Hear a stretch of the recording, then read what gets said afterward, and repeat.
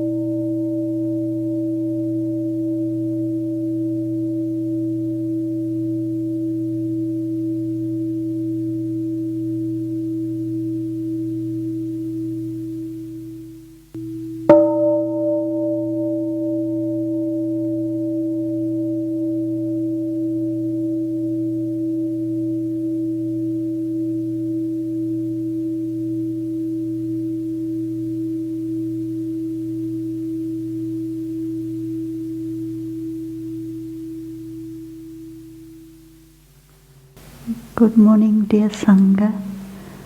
Today is Tuesday, the 10th of March, and we are in the new hamlet in the Buddha Hall. And we are recording a Dharma talk, the Mindful Action Retreat for young activists. And I think it would be good if we can start with a song. And the song that I would suggest is Happiness is Here and Now. Okay? 1, 2, 3, yeah. Happiness is here and now. I have dropped my worries. Nowhere to go, nothing to do, no longer in a hurry. Happiness is here now.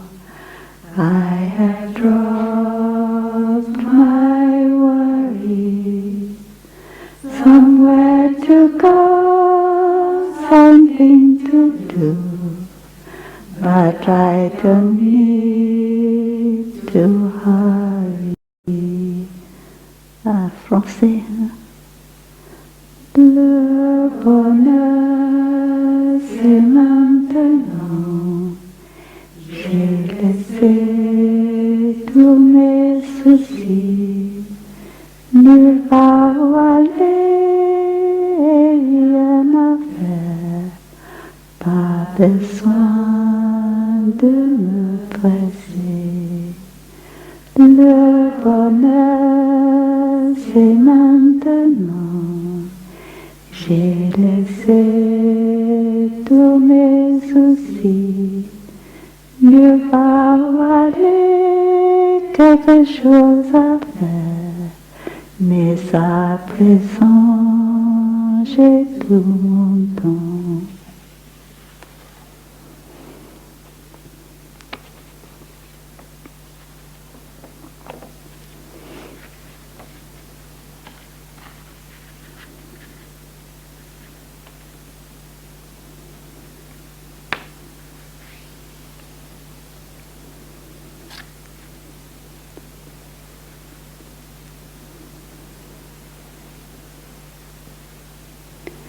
So, dear friends, it's very good to be an activist,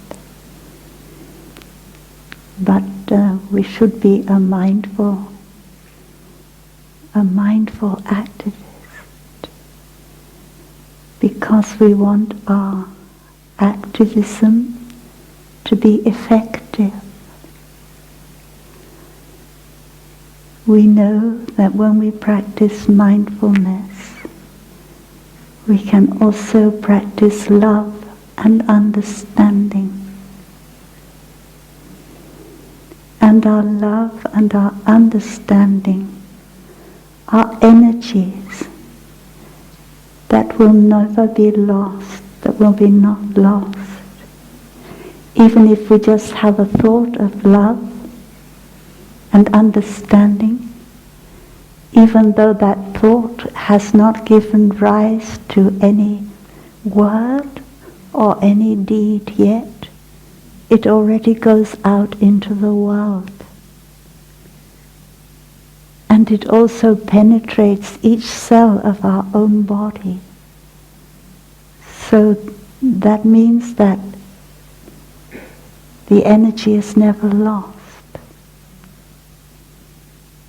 We shouldn't worry too much that maybe the human species will not continue, at least will not continue as Homo sapiens, or that Mother Earth for a period of time may lose life on Earth, or a great deal of life on Earth. We shouldn't worry too much about that, as long as we are able to send the energy of love and understanding to ourselves and to those around us, because that energy will manifest again in beautiful ways. So that may be our first step as an activist, to be mindful and to have love and understanding. Without understanding, love is not possible. We can have the intention to love.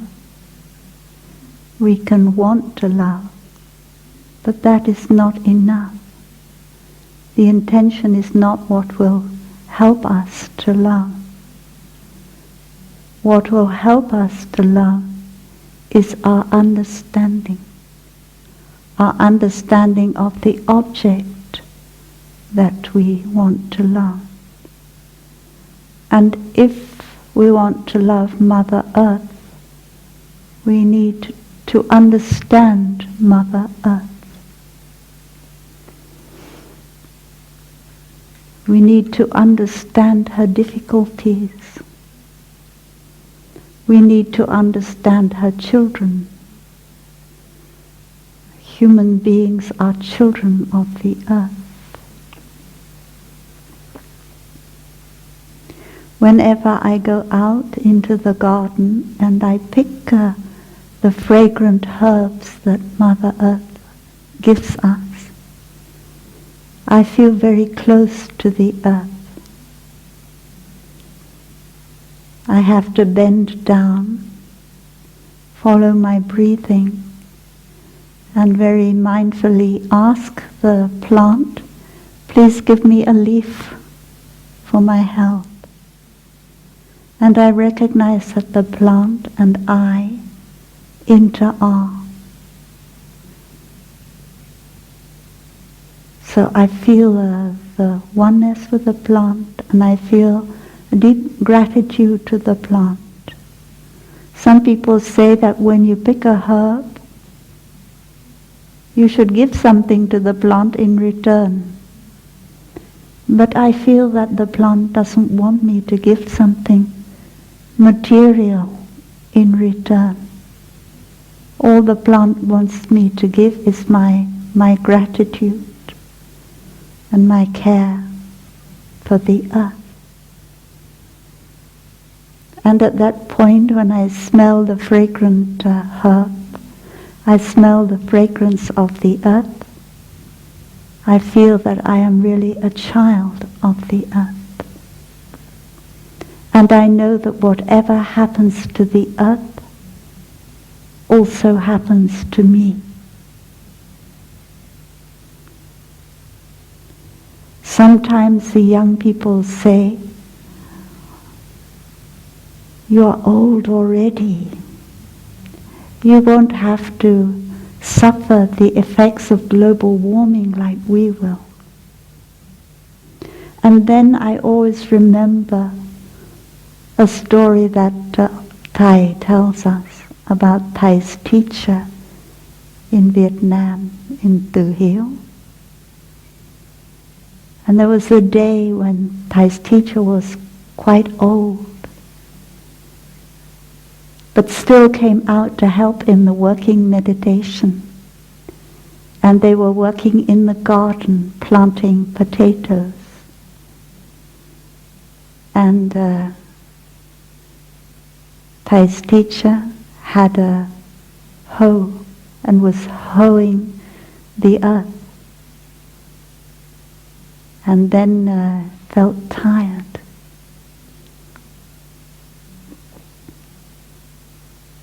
And then said something which Thay never forget. And said, I won't feel tired much longer. Meaning that soon will be time to go through the transition that we call death. So the idea is that when you die, you don't feel tired anymore.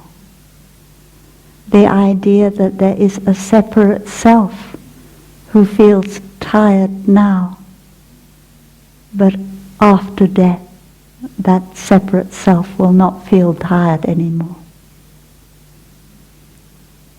But then remembering her, looking at Thay, and remembering the teaching of the Buddha, the Master said, but who is it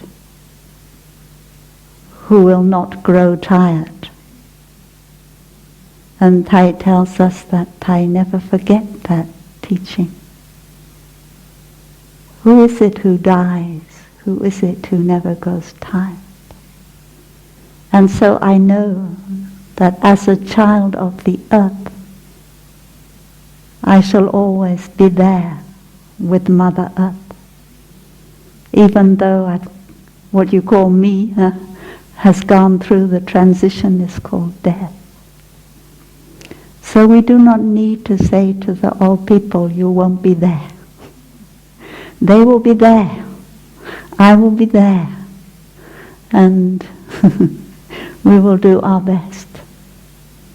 Maybe we haven't done so well in this lifetime, but we will, from now on, we will do our best.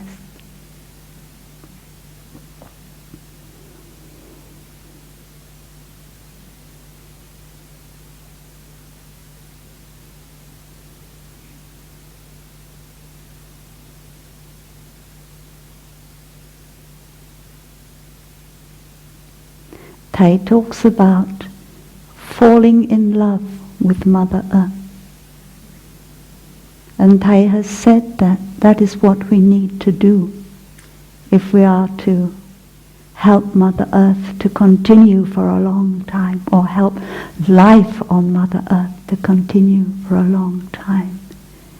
Because we know that there have been ice ages, there have been meteorites that have wiped out most of life on the earth before. What we might call natural disasters. And now our disaster which we are facing, we may say it's not natural, it's an Anthropocene disaster. But actually the human species is child of Mother Earth.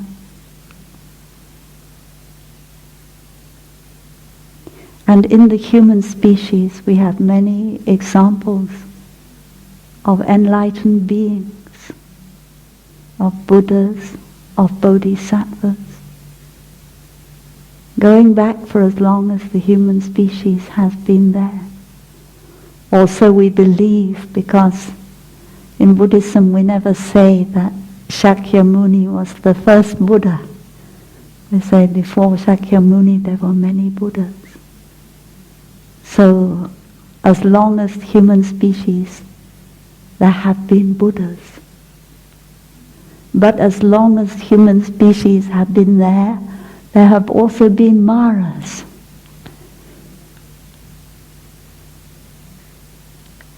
And we know that as human beings we have the Buddha nature. We should not forget that.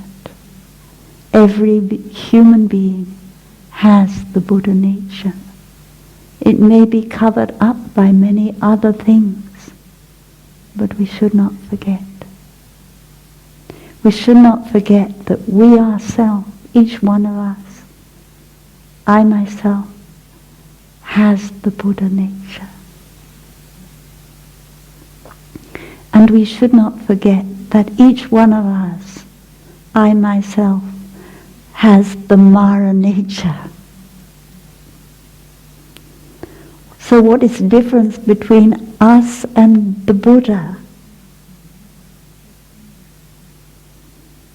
The difference is that the Buddha knows how to change the Mara nature into the Buddha nature quickly. And we don't always know that. We are part-time Buddhas.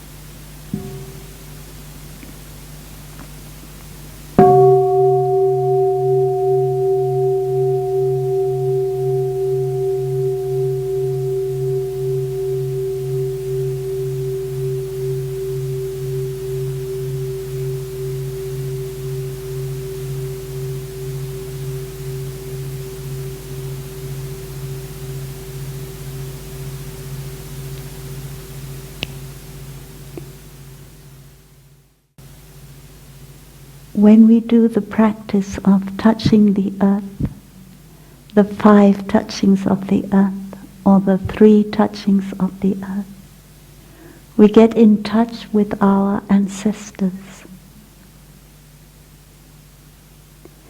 One time, Thầy taught that our ancestors are like the moon. Now the moon is nearly the full moon. But the other times we cannot see the moon. Or the times when the moon is very small, like a smile in the sky. But in fact the moon is always the moon, whether it's full or whether it's waning. And our ancestors are the same. They are always our ancestors, whether we consider them to be good or we consider them to be bad. And when we touch the earth, we get in touch with our ancestors. And in the beginning, our mind is still discriminating. And we still see that this is good about my ancestor. This was a good ancestor. And then we see another ancestor and we say, this is a bad ancestor. But the important thing when we touch the earth is the acceptance. To be able to accept all our ancestors as our ancestors. And to see that they are all in me. Whether I approve of them or I don't approve of them. And then we have to go on and do the same for our descendants. When they have children or grandchildren, nephews and nieces who are doing very well and we feel proud of. And then we have our younger sisters and brothers or nieces and nephews who are not doing so well. But the thing is, they all want to be accepted as they are. So when we touch the earth, we open our heart and we accept them all as they are. And that is what we have to do with the human species. Whether they are destroying the earth or not, the first thing is to accept. To accept the Mara nature and to accept the Buddha nature in each of us. among all the mental formations that are mentioned in the 51 mental formations, there are two.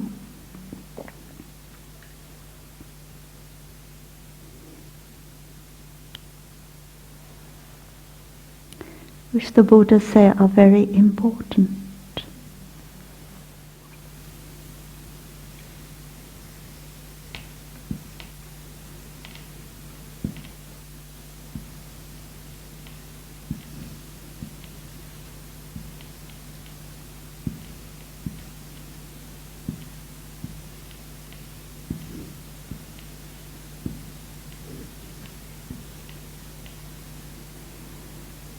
And basically in English we can say that these two are a sense of shame.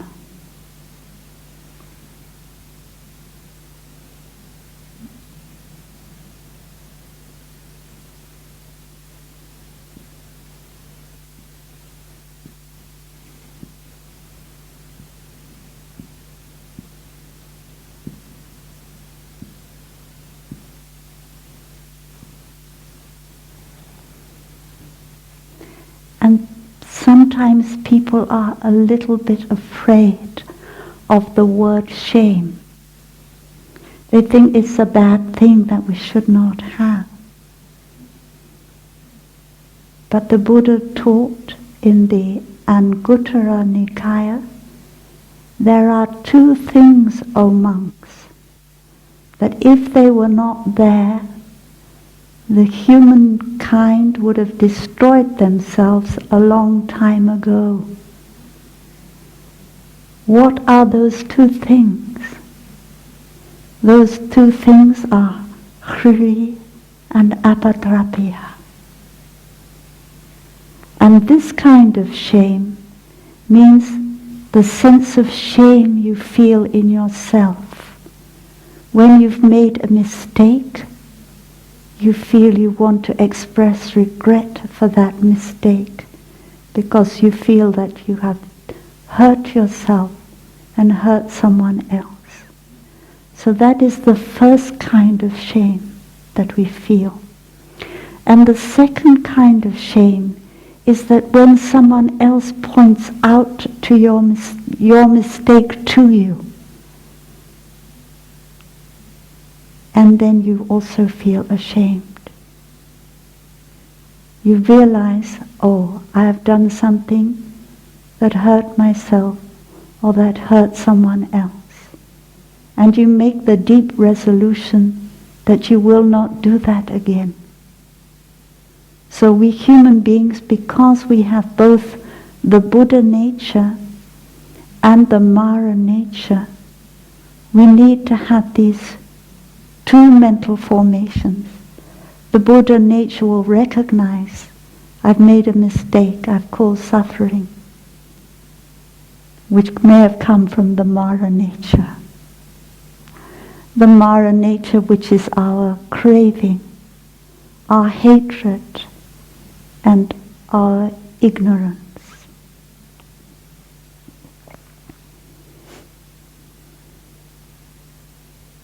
Maybe we need to have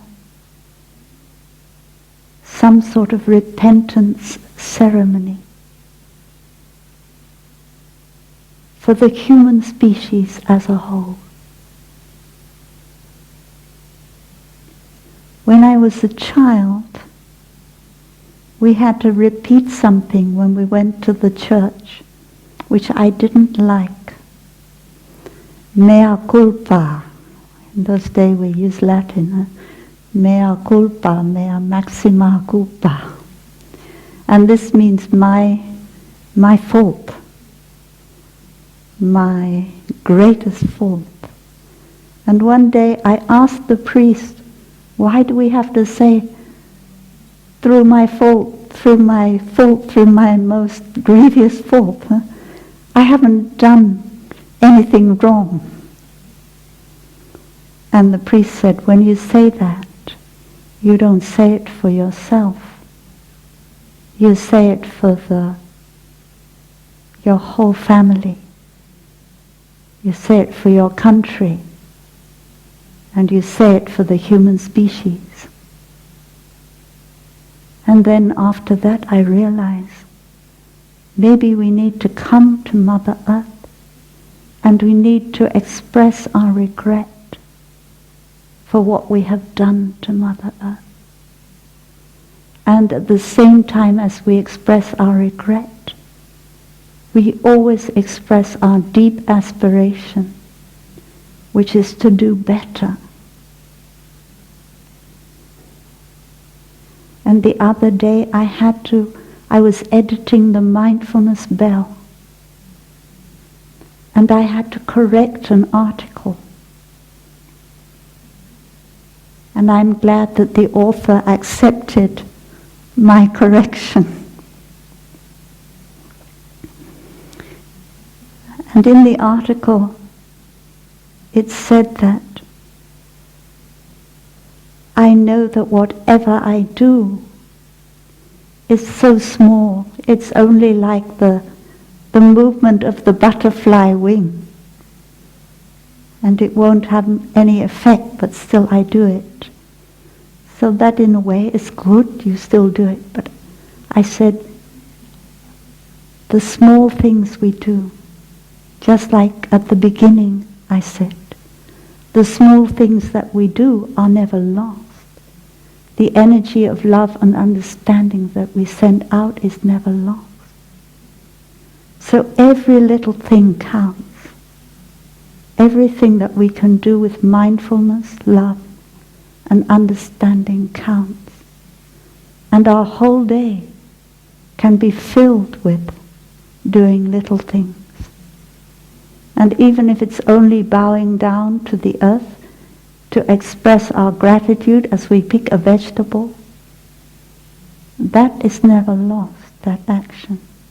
And that is show that we really are in love with the earth. Our feet, when they are in touch with the grass,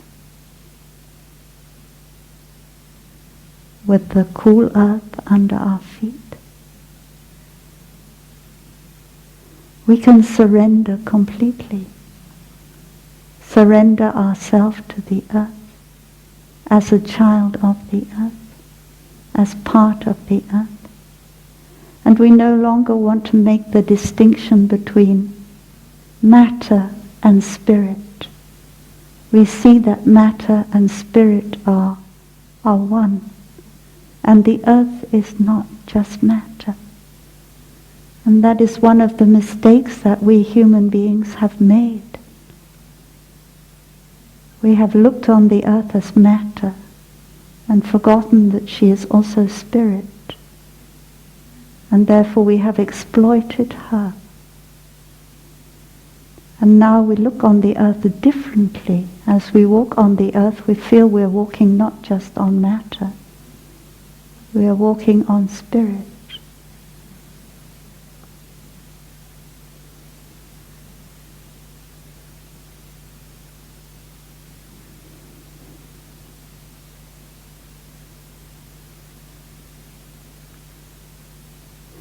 Also, when I correct sometimes an article about taking care of the earth,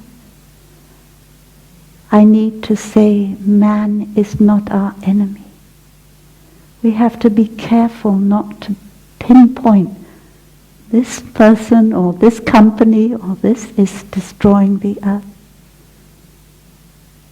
We have to be careful of that kind of language. In a way, it may be true that there is a certain company that is producing things that are doing harm to the earth. But that company is made up of human beings like ourselves. Human beings who have their own family, their own hopes and fears. And we don't really know them personally. So we have to be careful not to blame them, not to be angry with them, but to see them as human beings. That is the first step when we have to be in touch with, for instance, if you are on a campaign that is opposing fracking, and you need to have a discussion or negotiation with the companies that are doing the fracking. So the first thing, fracking is when you force the gas out of Mother Earth by putting chemicals in, and you want to talk to those people. The first thing is to see them as human beings who have a family, and maybe to start the discussion, to start the negotiation, you need to talk about their family. Ask question about their children, so we can relate as human beings. And then by relating as human beings, we can see that underneath the Mara nature, the Buddha nature is also there. So man is not our enemy. What is our enemy? Our enemy is, sometimes we say like this, man is not our enemy. Our enemy is greed. Our enemy is hatred. Our enemy is ignorance. But recently, Thai has said, greed, hatred, and ignorance are also not our enemy. Because those things, lie in our consciousness. And we don't want to turn ourselves into a battlefield where the good is fighting the bad.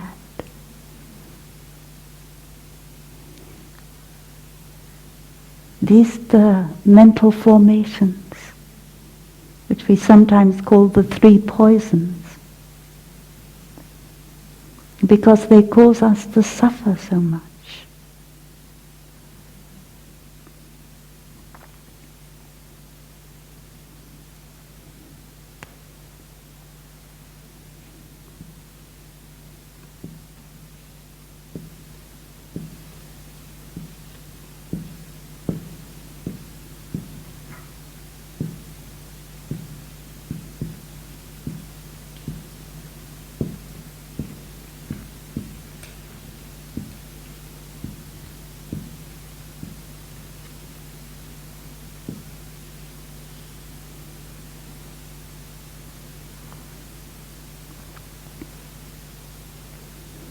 They are not our enemy.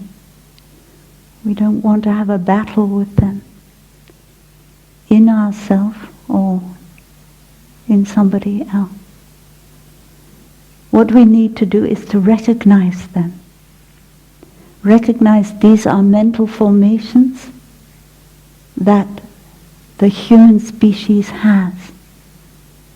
And because we have not known how to take care of our mental formations, how to embrace them, therefore we have done damage.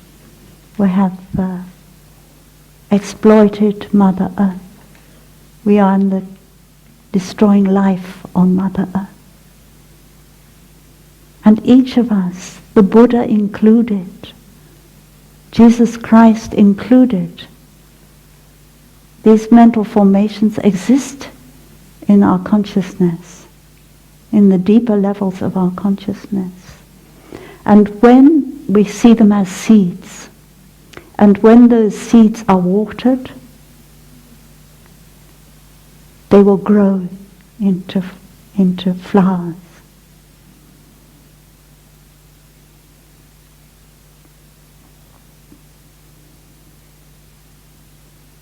So we have the four right efforts, do we not? To help us to take care of our consciousness, of the seeds in us, to help us take care of our garden. And of course we have to take care of our own garden, the garden closest to us, and then the garden of our close friends and relations. And then the garden gets bigger and bigger for us to take care. But we always have to start with our own garden. And that is why we practice coming back to the island of ourself, to take care of our own garden. So that these do not have to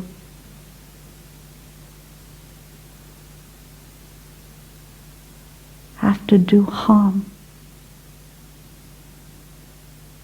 by means of our words or by means of our actions.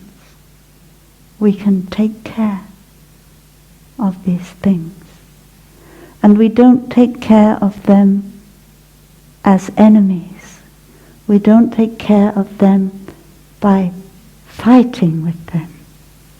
We take care of them by recognizing them, embracing them, and allowing our mindful breathing to make a protective wall around them.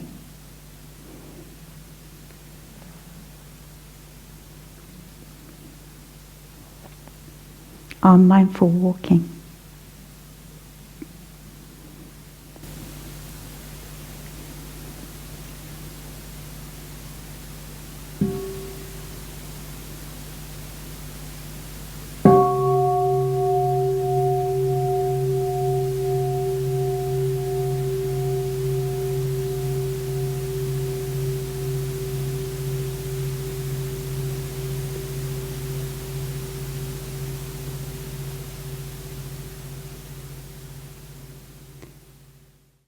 And for us to be able to recognize what is there in our consciousness, it's very important that it begins to arise. So if anger arises, if hatred arises, it's not to be afraid. It's to see that you have that. Because you're a human being, you have that. And now is your chance to take care of it. And then you may know that in your own family, your father or your mother or your grandparents or your great-grandparents, they also had the seed of anger. Maybe it was quite strong. So it's only natural that you too have that seed. And then you don't feel the sense of shame that paralyzes you. Because you see that this is not coming from me alone, it comes from my parents, my grandparents. And then you see how important it is that I look after it, that I take care of it. Because maybe my parents, they couldn't take care of it, but I can. I have the breathing, I have the walking. So that, in that sense of shame is very useful. But if it just makes you not able to do anything, then it's not useful at all.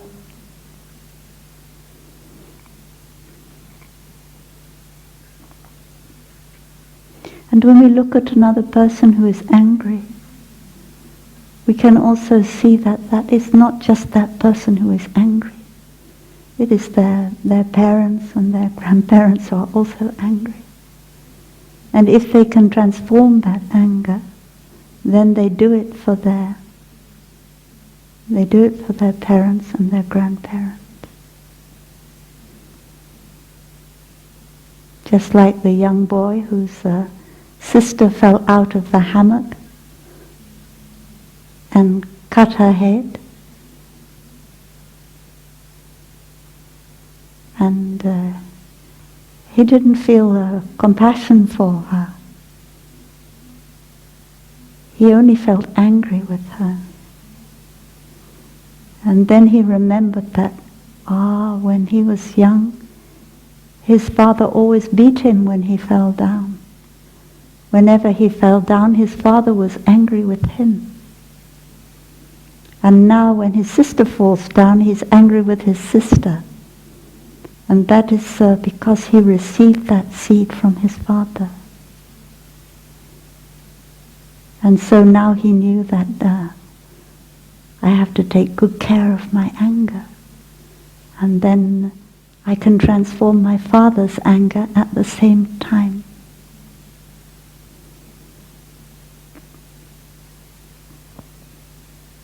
So if you are negotiating with, or you are having to face people who are angry, you can remind yourself, it's not this person who wants to be angry.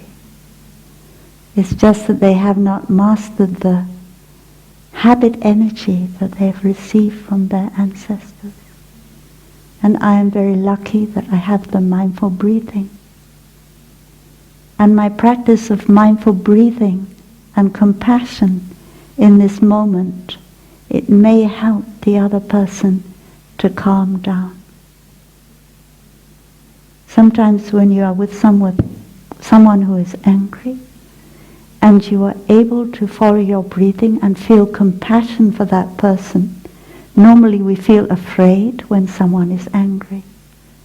But if we don't have fear, and we have compassion, and we can have understanding for that person is suffering. We have compassion because someone who is angry is suffering. Then our feeling of compassion, it can actually touch the other person without words and help them to be less angry. So I've noticed that happening.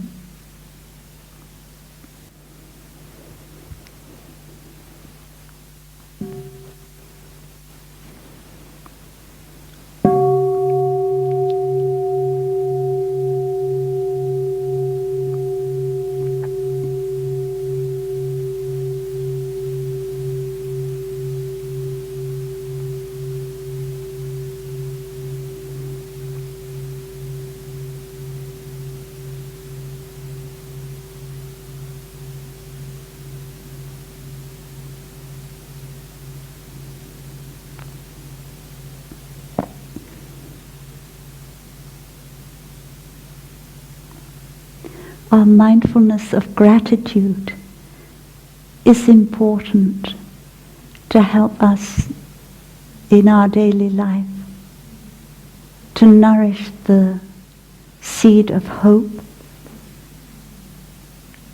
positive things within us.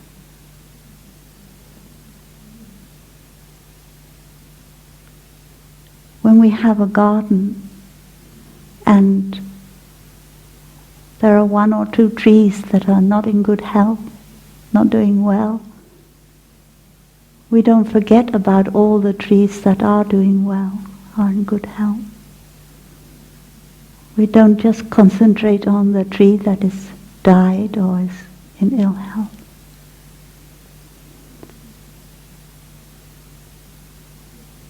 And our planet Earth,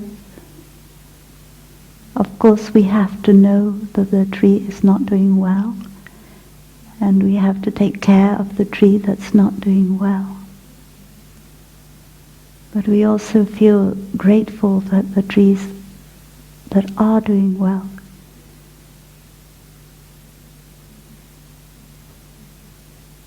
So every day, one writer said there are 10,000 things that I feel grateful for every day. You may think, oh, there can't possibly be that many. But if you take a walk in nature, you may recognize so many things you can be grateful for. To start with, you can be grateful for your own body, for your 5 senses, your ears, eyes, nose, tongue and body.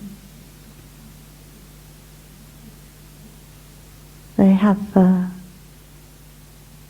evolved in a wonderful way.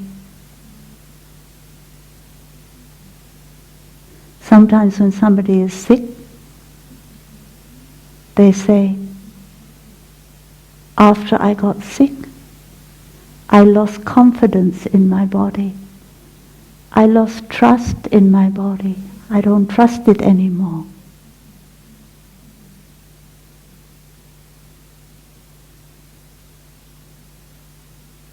But actually, my experience is that when you get sick, you trust your body more, not less. For instance, if you cut your finger, you don't have to do very much.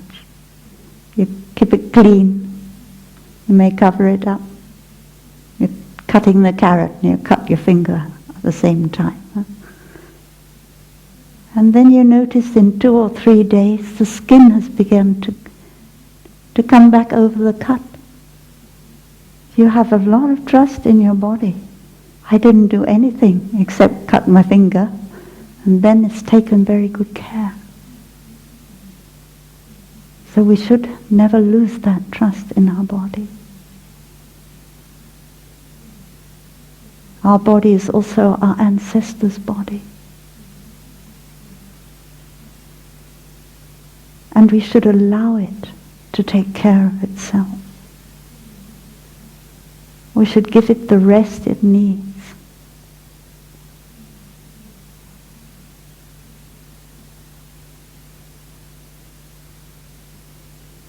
The relaxation it needs. And have trust and have confidence. If we lose our trust in our body, it's difficult for our body to heal. Because our body and mind are not really very separate from each other.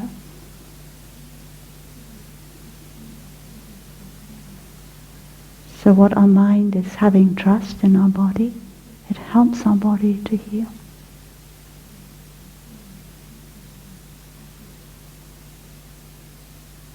And we know that when we heal ourselves, we are also healing Mother Earth.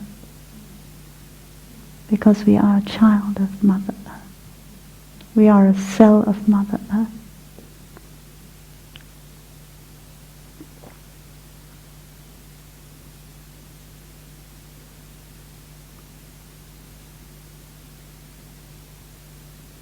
Some people believe that the difficulties that come to us are sent to us in order for us to be able to learn. Our suffering is not a punishment, but it is a lesson for us to learn.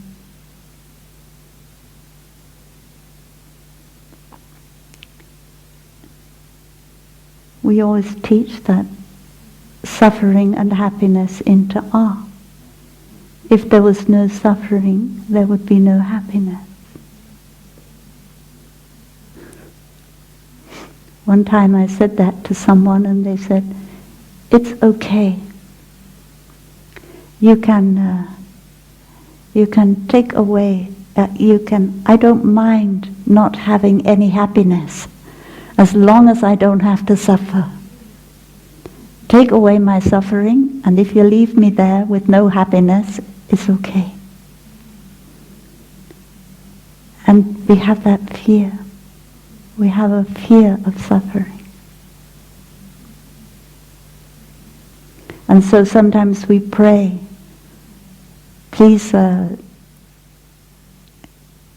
before we go off on a journey, please keep the waves quiet, keep the sea calm, keep the wind calm, so we can have a pleasant journey. But someone else may say, make my legs strong, so that the rocks can become soft. My legs are hard, so the rocks can become soft. That means that from your own inner strength, your own inner courage, the world around you becomes easier to be in harmony with, easier to deal with. So at that point we are happy. We don't ask not to have the suffering, only to have the happiness.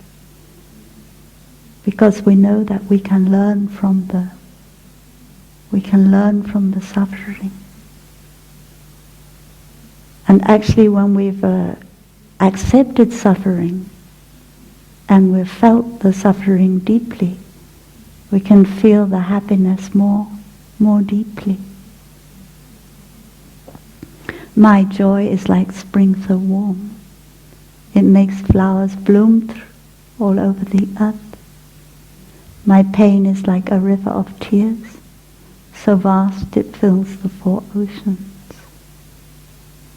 So we don't want to get rid of suffering. We want to know how to be courageous and strong.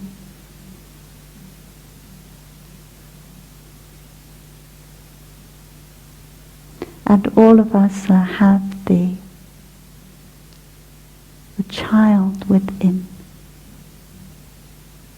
The child who has suffered and whose suffering is not yet fully resolved.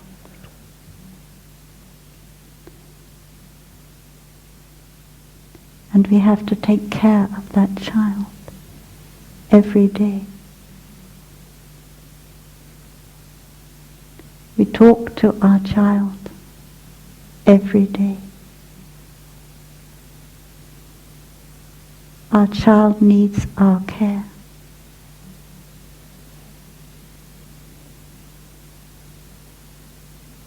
So as an activist, we need that time. We need the space in order to be able to take care of ourselves. And taking care of ourselves is taking care of the child in ourselves. Because the child in ourselves is the one who is most vulnerable, the one who is most fragile and most needs the care.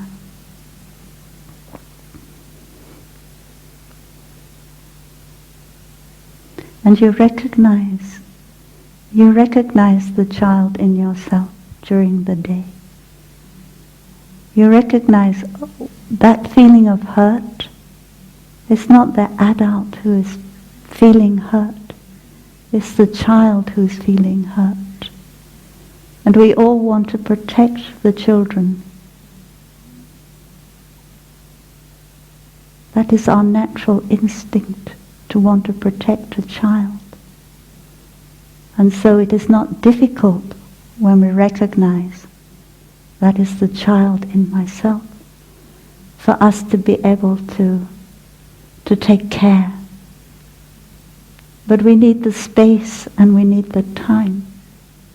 If we are too busy, we have too many activities, we may say that those activities are for the sake of the world, in order to help Mother Earth. But we don't have time to take care of ourselves. In the end, we won't be there to take care of Mother Earth either. We will burn out. So every day needs that time of reflection.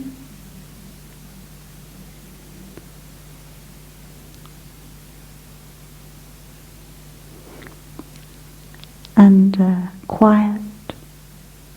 And if we can take that time together, then it is, we will have the collective energy. We are reflecting together as a number of us. We are taking quiet time together as a number of us. The collective energy. I think tomorrow our brother Pháp Yung will talk to you about that.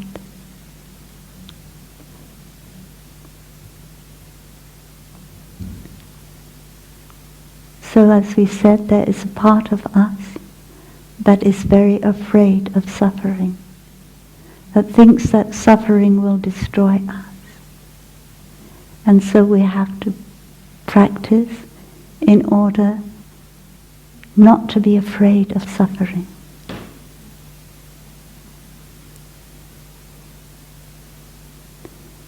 In order to protect ourselves, we need to have a little bit of fear, because otherwise we would do foolish things that would destroy us. But we have too much fear, then we destroy ourselves by our fear. And one of the best ways to take care of fear is to live deeply in the present moment with our breathing and our mindful walking, and how we can stop the thinking that goes in our head, around and around, and increases the fear. A mindful breath can stop that kind of thinking.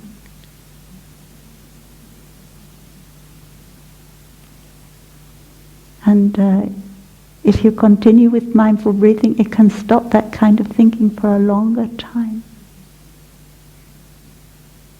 And then you will be renewed, and you will see a new way ahead. Maybe when you've been struggling for years in a campaign against fracking or against something else, you need to stop. And you need to come back to yourself and your breathing and see maybe there's a new way ahead. Something different I can do. Not that there's anything wrong with campaigning, with demonstrating. It's wonderful to do that in a peaceful and loving way.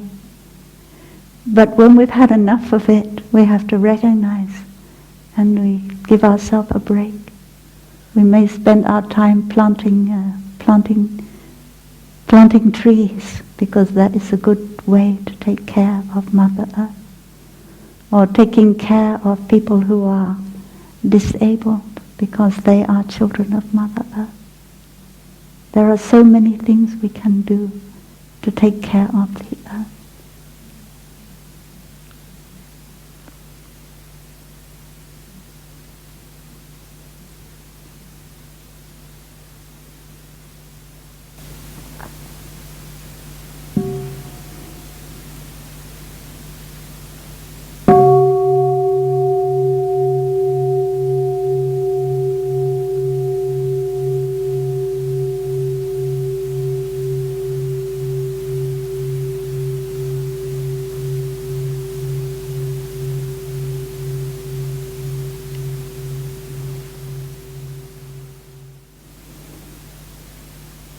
This morning we read about being a cell in the Sangha body.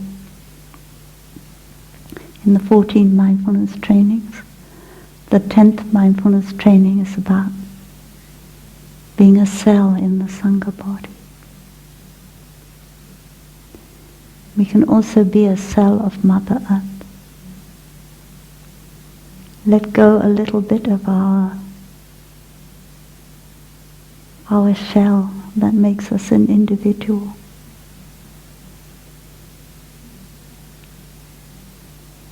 Every cell has a membrane around it to protect it.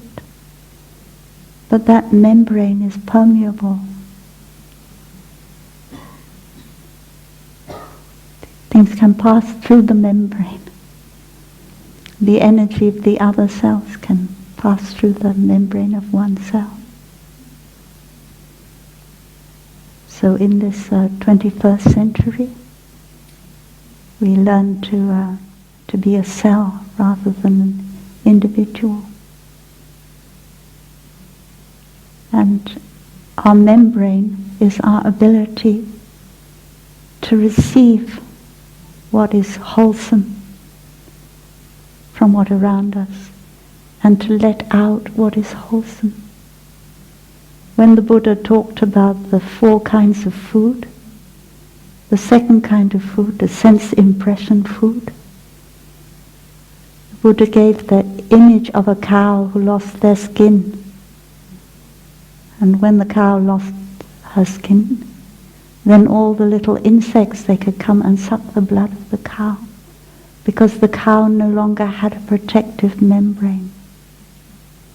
And all the sense impressions that we receive, the news that we hear every day, what we watch on the television or what we take in from the internet, when we read our emails, all those things we have to protect ourselves. We need a membrane. We need to know when to say that's enough information and stop, because we have our limit. And we know that if we receive too much information, especially negative information, then what will we give out? We may also give out what is not wholesome. We may give out despair or fear. So as a cell, we remember to keep our membrane healthy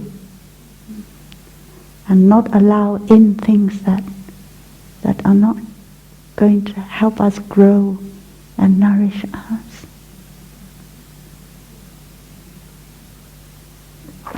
That can include conversations as well. So sometimes you're having a conversation with a fellow activist and you feel that it is nourishing the seed of despair in you. You have to politely excuse yourself. Maybe you're cooking a cake and you need to go and take it out of the oven or something like that. Even though that person is on the same path as we are, wants the same result as we do, still the conversation with them could be doing us harm, and we should recognize that.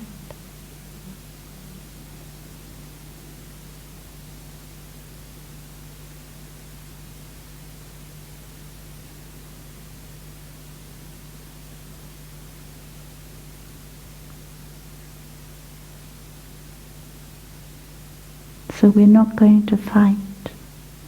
We're not going to fight with ourselves, and we're not going to fight with others.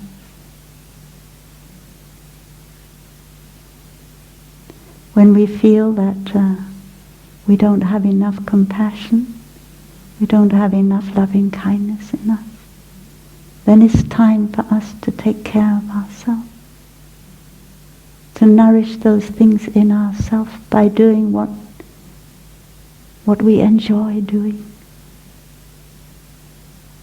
Don't force yourself to go on if you have no more compassion.